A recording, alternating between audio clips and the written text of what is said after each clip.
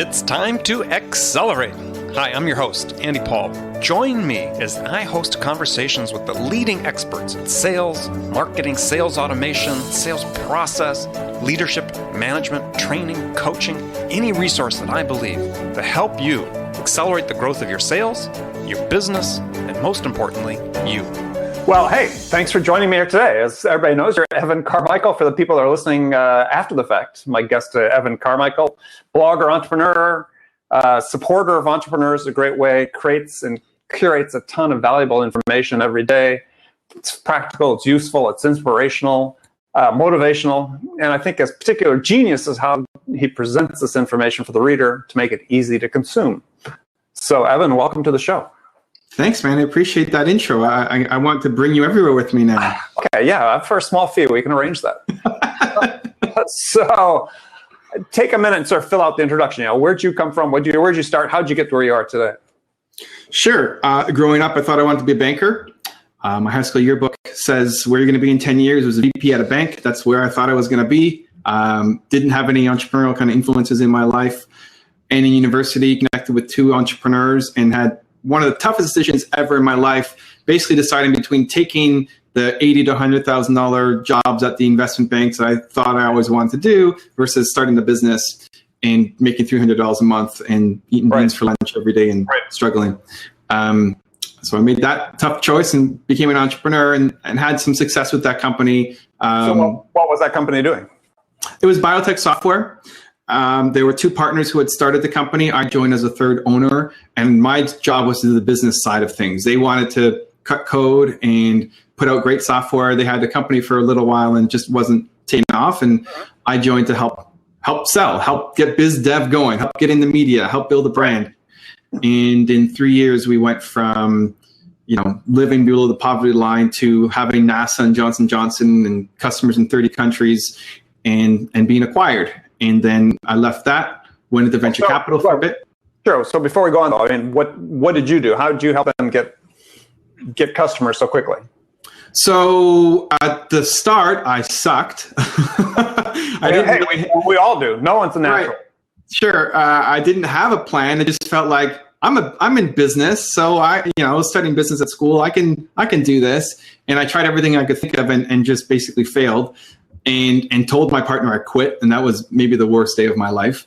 And then I realized that I had to find a different way to do it, and that I wasn't the first guy to try to figure this out. And the one thing that really saved me was modeling success. And you talk some of the videos and stuff that I do now, it's still the same theme of modeling people who've done greater things than I have. And I mean, I guess for your show too, having people on and sharing their success. Right. And for me, my first model was Bill Gates. And he had sold a software company. I was like, I'm not the first guy to try to sell software before. Somebody's figured this out. I got to stop beating my head against the wall. And so I looked at Bill Gates and how he got Microsoft from 0 to 1 million. I didn't care about how he makes an extra million now, but like 0 to 1. How do I do that? That's what I want to do. Right. And through it was through partnerships. And their big deal was with IBM, where every IBM sold had Microsoft software on it. But Microsoft was already a $7 million company when that deal happened. Mm-hmm. So that's not a huge company, but it's still 7 million more than I was. So like, how do I get to that first 7 million? And it was again through partnerships. Yeah. And so they would always find ways to partner. And even as they entered in new markets, Expedia was a partnership with American Express. They kept partnering up. And so I thought, okay, well, how can I apply that to my business? And I started looking for partners to represent us first in international countries. Because if somebody wanted to download our software in Japan, I don't speak Japanese. I don't understand the business culture. The time zone's all messed up. So let's partner with somebody to sell it for us. Right. The first deal that I closed was in Europe, and it brought me $13,500 up front. And that may not sound like a lot of money, but I'm making $300 a month. That was like I was cheering, man. I was crying. I was so happy. And more importantly, it gave me a recipe to then follow again and again and again. I could replicate it.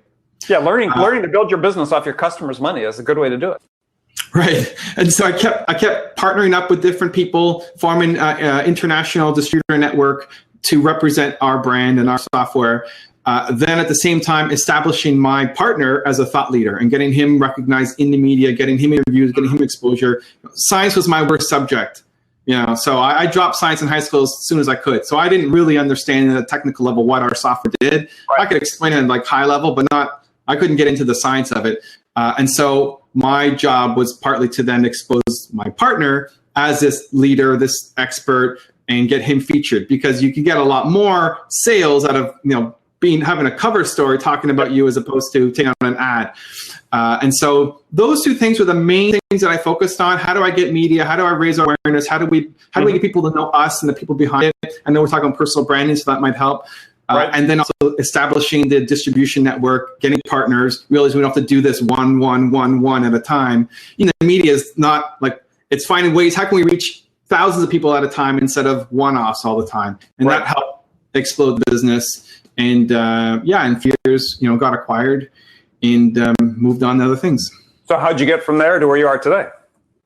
So we sold the business. My two partners went with the business. They were the technical, back end, and they needed to integrate with the company. Plus, they had a personal ambition to move to the US, and the company buying us in California. So they took off. I wanted to stay here. You didn't feel that need to go to California from Canada? No, man, I love Toronto. Toronto's my home. This is where I am. I wanted to stay. And there also wasn't a major need for me, because the company that bought us they were going to use everything internally. They didn't need biz dev anymore, which is great. So it matched up for everybody. Mm-hmm. I was in a fortunate position of, I didn't have to go, I didn't make like stupid money, but I made enough that I didn't have to worry about things for a while. And for a while I was a little depressed in that I don't know what to do next. That always happens. Yeah, I ended up hooking up with a venture capital company here in Toronto. I was always curious about raising capital. We thought about it in our venture. We never had to. We kind of got acquired before we needed to go raise the money. But it was interesting for me, and I wanted to learn how that worked. So I connected with a venture capital company here in Toronto, and the three founding partners were all in their 60s or 70s, had an insane amount of experience that they imparted on me. My role for them was to help bring in the same role, basically, help bring in new business, right? They knew the investors, but they weren't in tune, maybe that they were older, or maybe that they just didn't care as much. They weren't in tune with the younger, right? So that was my role, is to do biz dev, strike up conversations, get people interested in us as a venture capital opportunity. And that was interesting for a while. At the same time, I started my website, evancarmichael.com. I used it as a platform to share my story, as well as raise awareness for venture capital. As a result of selling my company, I was 22 when I sold my company. So I had a lot of people ask me to come do speaking engagements and a bunch of this stuff. So the website was more of a personal site at the start. Just, hey, I'm speaking in Malaysia, and hey, I'm speaking in wherever. And then started using it as a way to build up content around the venture capital business. As my website started taking off and getting more, I realized, hey, this could be a business opportunity in itself. I felt like I had learned what I wanted to learn about the venture capital business, and it wasn't something that I wanted to be in full time. And so I started doing my website of helping entrepreneurs and taking that idea of modeling success, what really helped me learn from Bill Gates that saved my business, even though I never met Bill, to apply that to my company. I wanted to then do that again and again and again, and learn from lots of different famous entrepreneurs, and built up the site to then have the largest collection of famous entrepreneur stories anywhere online. And then that has transitioned to my YouTube channel, where you've mentioned the videos, and every day we release content that's a mix of my thoughts as well as lessons from famous entrepreneurs, where instead of having to watch 40 hours of Elon Musk videos to pull out nuggets, here will be like a 15-minute video of all of his best stuff, and to release kind of content. Right, his top 10 rules, his best advice, that at least it's seen through my filter, so seen through my eyes of what I think is helpful and relevant and valuable. And I've kind of become a curator of content, as well as share my own opinions and thoughts to help entrepreneurs grow. Perfect. Well, I said, when I visit your site and read the content, the top 10 list, I love that. The inspirational quotes, I think that's great. You've got this great mix of things in there. But it made me think about a particular challenge for salespeople these days, which is, personal branding, right? Because, customers are being inundated with these undifferentiated messages coming from, automated sales machine sales emails that they're sending out using all the latest tools. And so the branding really becomes an important topic, because once the customer gets something, and maybe if they're intrigued by the email, they're going to go to somebody's LinkedIn profile or Twitter profile or something and see, okay, who is this person? What do they stand for? What do they do? So, if you're a sales rep, you've been in business for a while, so what are the steps you need to take to start building this trusted advisor status? Yeah, I think it's super important for salespeople because the salesperson has to evolve or will die. The salesperson has to understand how to build a brand, how to add value beyond just trying to sell your product and meet a quota.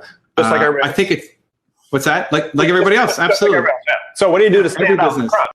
And so it starts with understanding what you stand for as a human being. Forget about what you're selling at the moment. What do you stand for as a human being? What's the most important thing to you in your life? What's the biggest impact that you want to have on the world? And that might sound kind of airy-fairy, fluffy stuff, but it's important. What motivates you to get up every day and go make a contribution? Because if you're the kind of salesperson who's just working for a paycheck, you're never going to be a super successful salesperson. You have to want to do something bigger. Yeah, so let's break that down for a second, because this is certainly people talk about it, but it seems like a step people really have a hard time with. So, how did you go through that? And then what were the steps you'd recommend somebody do to not just get it down on paper, but then bounce it off people and make sure it's real? Right. So for me, I believe everybody has one word that identifies who they are and their core message. For me, is believe. It's on my walls. It's in all the videos. It's the core message that I send through every piece of content that I create. It's the way in which I see the world. I believe in people, and specifically entrepreneurs, because I have the skill set to be able to help entrepreneurs. I could believe in you as a person, and you could go off me a great horse racer, but I don't know anything about horses, so I can't give you tactical advice to help you get to where you are. So it comes down to what your core value is as a human being, as a person. Like, forget about your business right now. And a lot of businesses talk about values, but how many, even CEOs of a business could list off the 20 core values that they have? People aren't living their values. So as a human being, what is most important to you? Maybe trust is really important. Maybe trust is your thing. Like, trust is what I stand for as a human being. Then when you get into the tactical, how do I sell? You're selling trust. Whoever you are, depends on what product you're selling. If you're selling insurance, as an example, right? Trust plays a huge role in that. If you're selling cars, then you're the trusted guy to work with in the car industry, right? It doesn't. Everything you sell, trust is a component.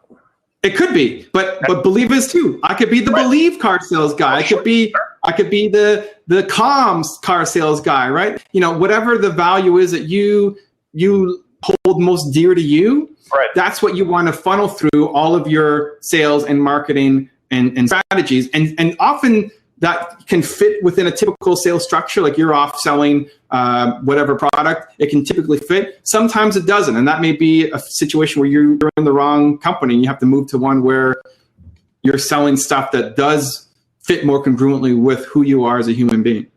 Yeah, and I think that one of the things I would recommend when people do that is to, take some time by themselves, turn off the TV, turn off the cell phone, turn off the distractions, really think about this in terms of, write down 5 things you think that really motivate you, that you really believe in, to use your word, but then bounce it off a couple of people, right? Ask so many people, does this fit with what you think I'm doing? Because I find people really have a hard time understanding who they are and how they come across and how people perceive them, which is part of this whole struggle.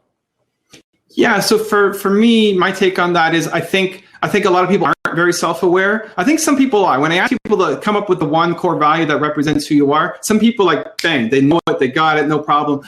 I wasn't like that. It took me a long time to kind of narrow it down. And I would suggest spending more time with yourself as opposed to other people. I think often we show one side of ourselves to people. You show a side of yourself to your wife, a side of yourself to your friends, a side of yourself to your boss.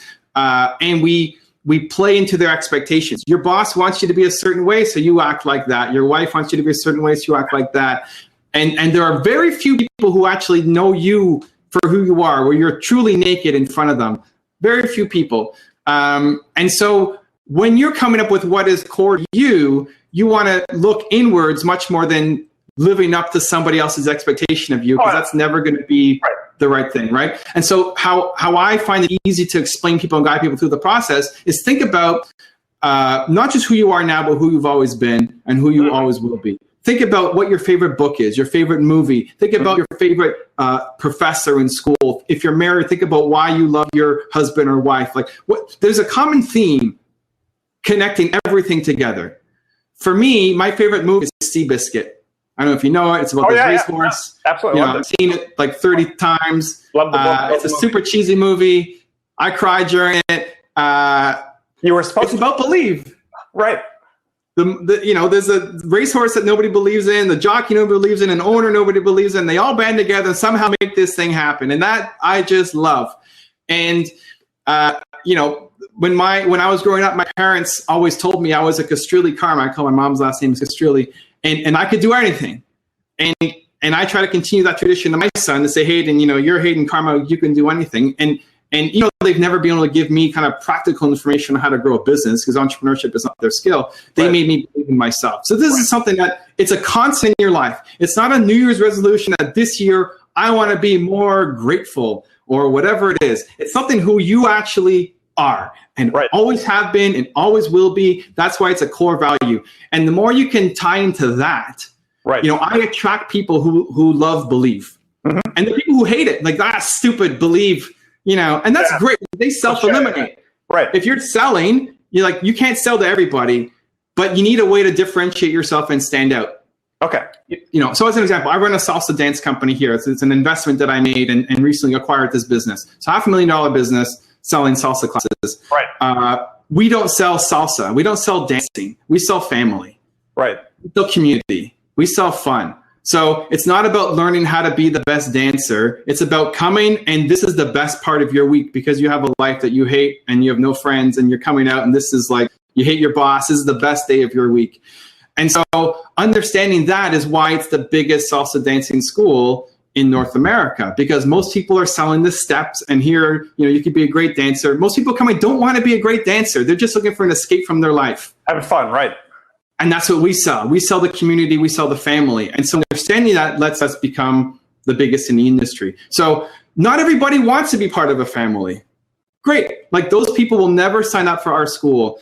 And so it's understanding who you are as a person and then bringing that through in all of your messaging so that if somebody does value the same thing that you do, if somebody does value trust as their number one thing, and that's who you are, then they're going to come to you by default. And so you're going to work with clients who get what you're all about, who you're going to have a great connection with because you have the same core value, who's going to buy more from you, refer more from you. You move on to something else, they're going to follow you to that too because they believe in what you're doing. Where if you're just another guy trying to sell car insurance or whatever it is, you're one of many and you're not standing out. And so I'm just going to compete on price. It's like if I can't tell the difference between you and somebody else, I'm just, okay, who's cheaper?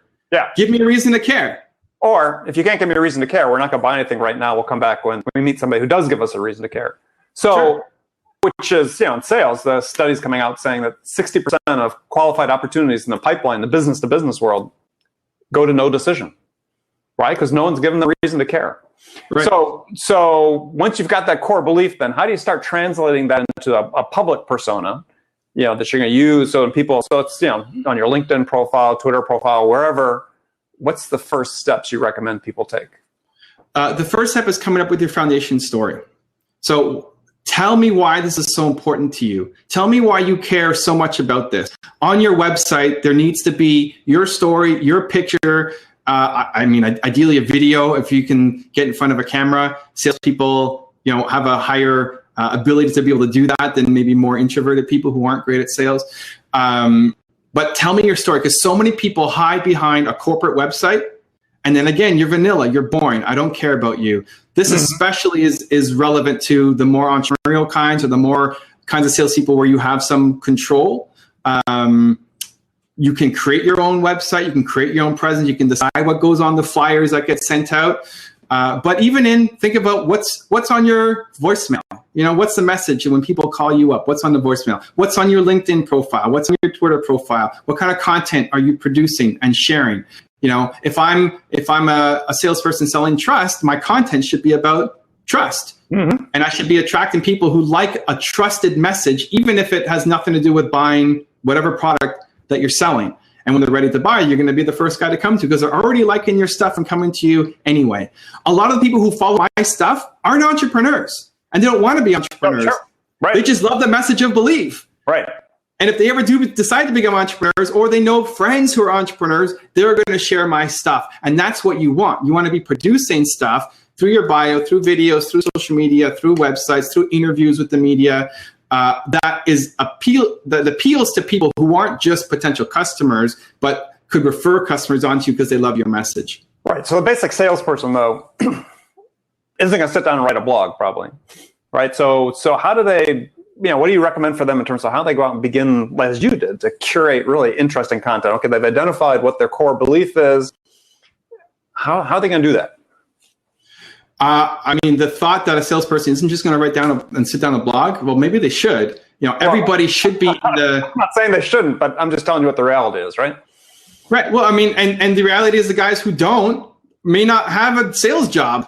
Like if you are not producing content or curating or sharing, it's going to be hard to stand out, right? So If you are, whether it's sitting down and writing a blog, like some guys may not be great at writing. If you're not great at writing, don't start writing blog posts, right? Get on video. If you're much better off the cuff and talking to people and like I love being on video. So I suggested doing this as a video. I love being on video. Right. It matches both where my audience is and also what I'm naturally good at and want to get better at. Right. And so it's pick a medium that fits best for you. So if you're a salesperson, again, selling trust, whatever product it is that you're selling, I would love to see you come out and create a foundational video that tells your story, why trust is so important to you. Like, what does it mean to you, really? And not some like trust is really important and it's the backbone of our, like the BS stuff, like deep, like get emotional, right? Does it come from your mom? Does it come from your kids? Is it like, I want to feel the passion and the deep connection to that word, because if I feel the same way, man, you got me sold. I don't even care how much you're charging. I'll pay more to go with you. Right. Here's an example. A guy called into my radio show selling landscaping services. Mm-hmm. And he's like, I'm being undercut by kids who can mow lawns for $5. Like, right. I'm not going to do that. How do I stand out and compete? And I said, well, you haven't given people a reason. Like, if I compare you to the high school kid, why am I going to go with you? How are you different? If I can't understand that, the high school kid every day of the week, it's $5 versus you're $50, right? Easy decision.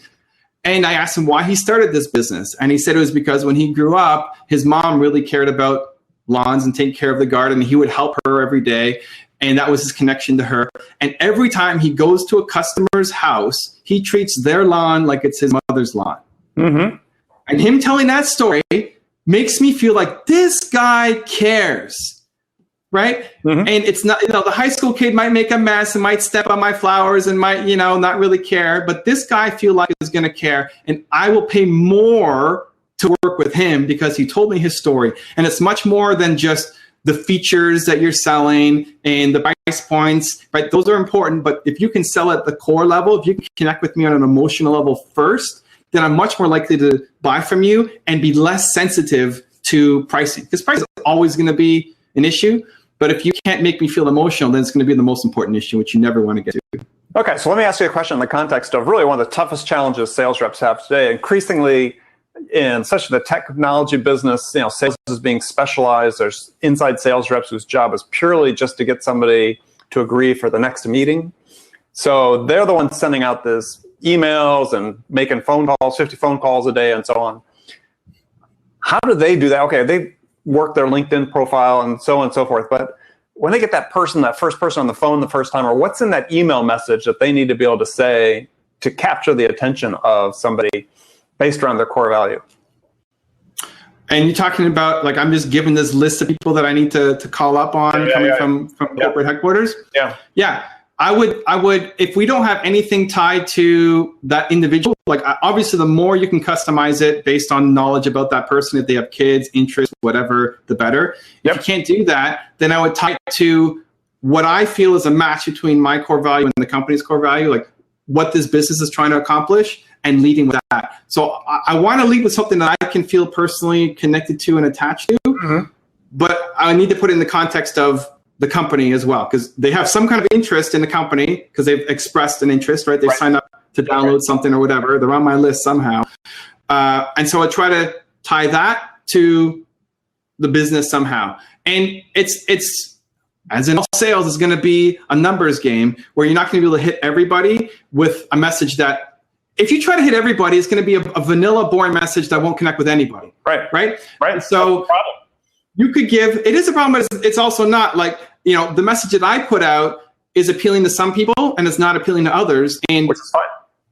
And so you could give that same list to 3 different salespeople, and we could each attack it in different ways and each get different customers based on how we're attacking it. If we all attack it in the same way, it's going to be boring vanilla, and the only people we're going to get are the ones who just really need a solution, and we happen to be there at the right time. Right.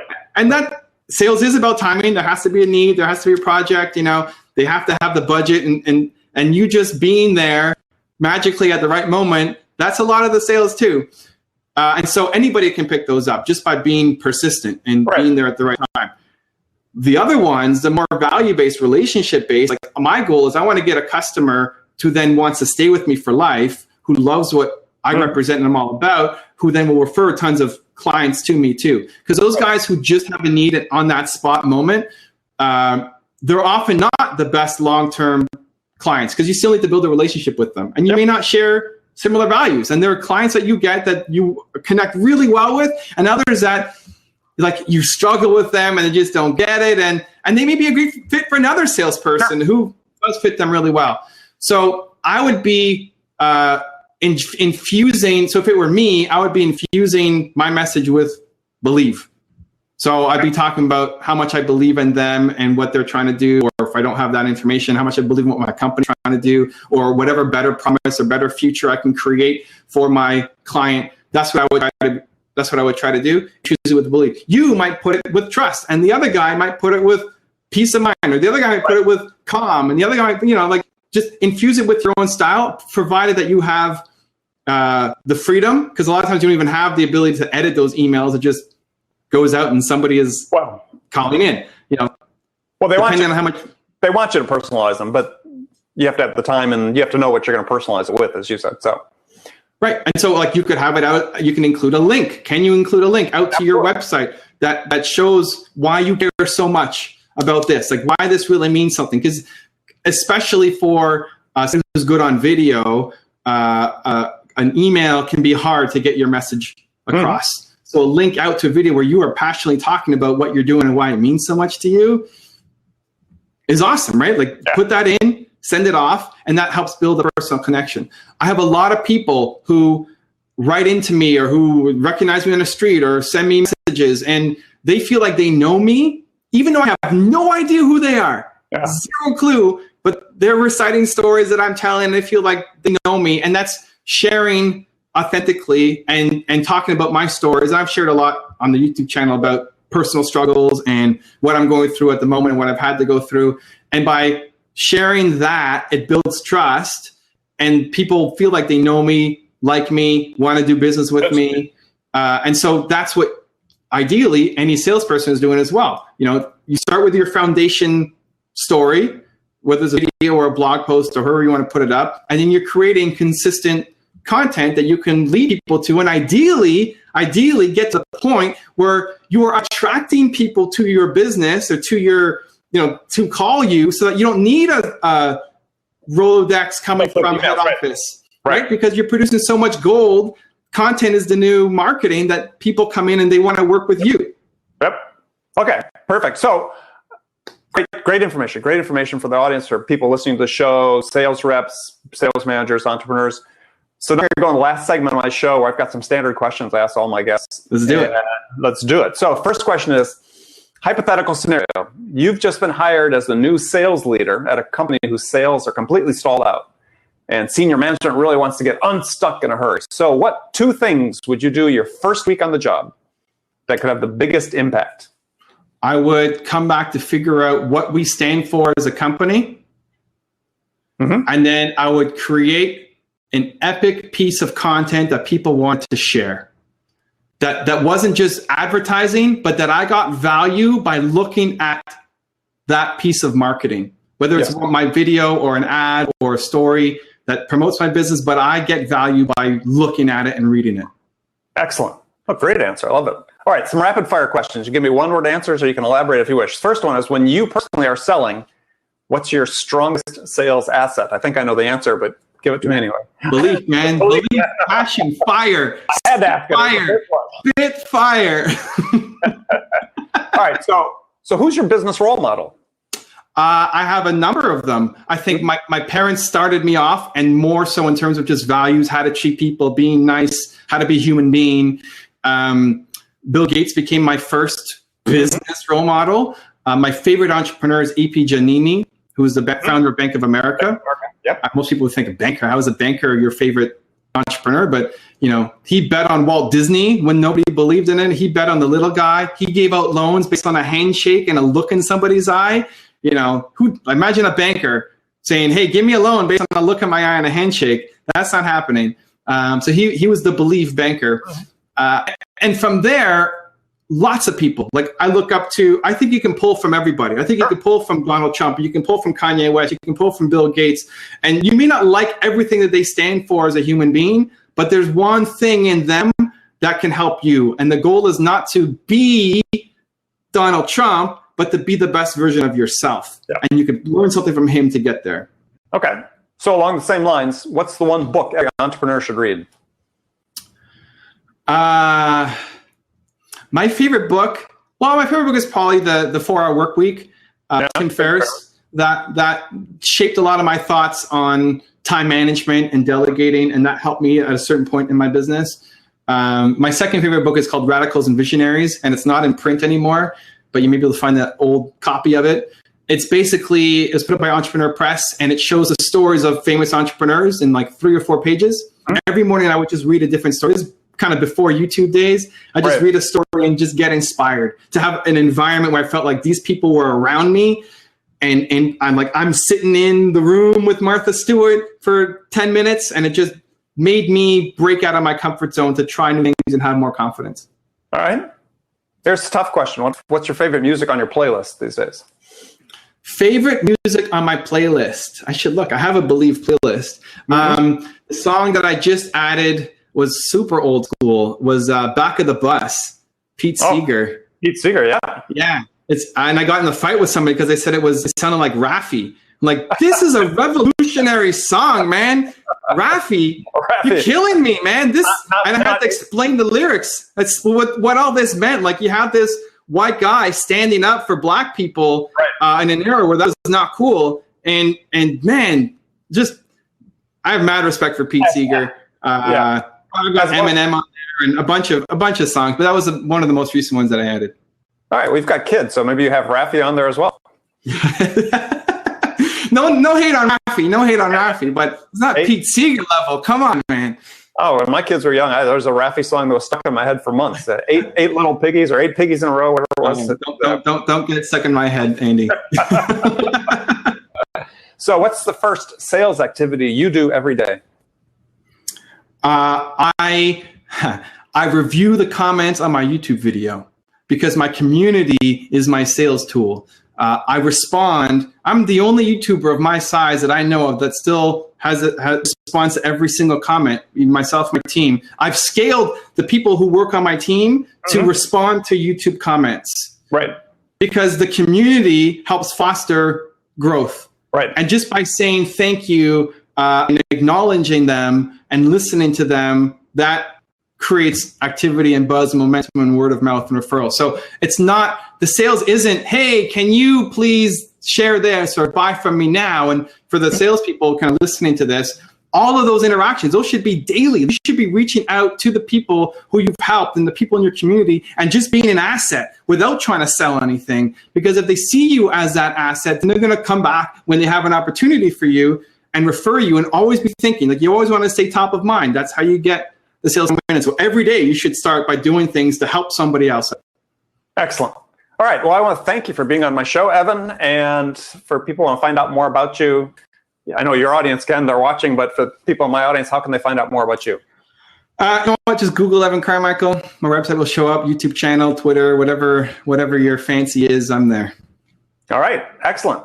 Okay, remember, friends who are listening on this my show, make it a part of your day every day to deliberately learn something new to help you accelerate success. And don't miss great conversations like I've had one I had with my guest today, Evan Carmichael, who gave us his expertise about how to grow your business more quickly. So, Evan, thank you very much. And everybody else, have a great day. Thanks, Andy. Thanks for listening to the show. If you like what you heard and want to make sure you don't miss any upcoming episodes, please subscribe to this podcast on iTunes or Stitcher.com. For more information about today's guest, visit my website at andypaul.com.